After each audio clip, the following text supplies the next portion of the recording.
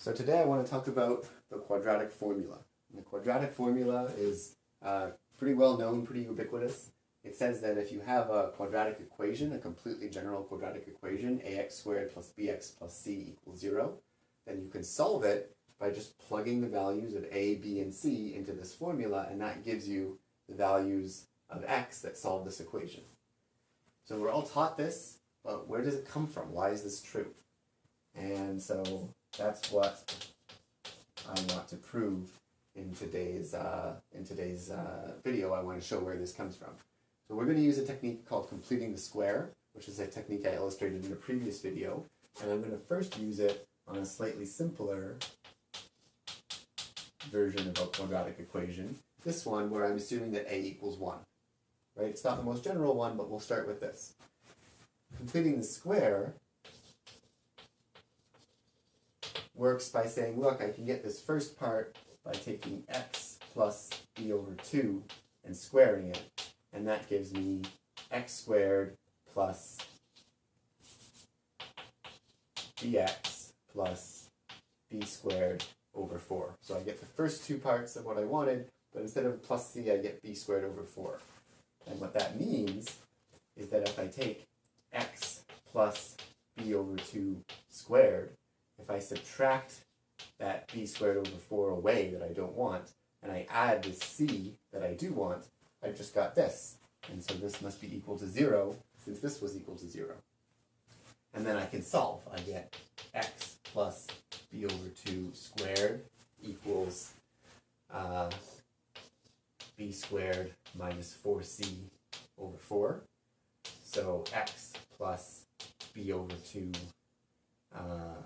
not squared equals the square root of this, so plus or minus b squared minus 4c over the square root of 4, which is 2. And so I get a formula for the value of x as negative b plus or minus the square root of b squared minus 4c over 2.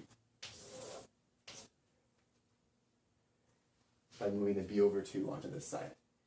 This is pretty close to what we wanted. The only difference is, like I said, I started by assuming that a was equal to 1. And so this is giving me a special case of the formula, but not the most general version. I want the general version where a is around.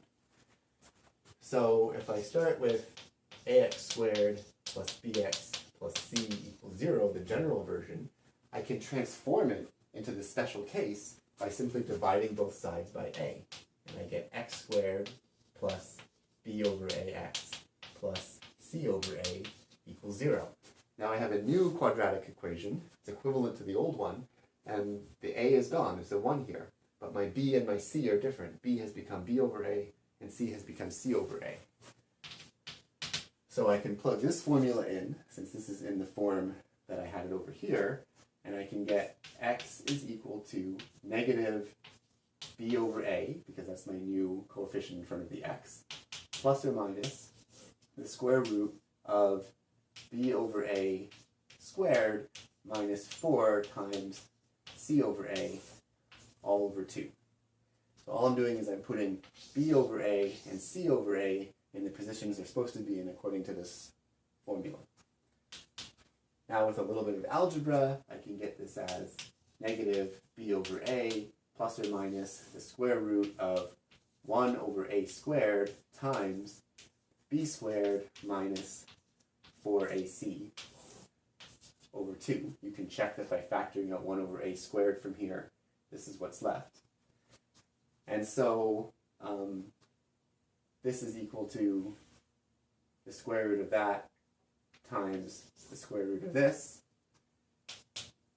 which is just negative b over a plus or minus 1 over a times the square root of b squared minus 4ac over 2, which, by moving the a to the denominator, just gives me negative b plus or minus the square root of b squared minus 4ac over 2a, the quadratic formula derived by completing the square.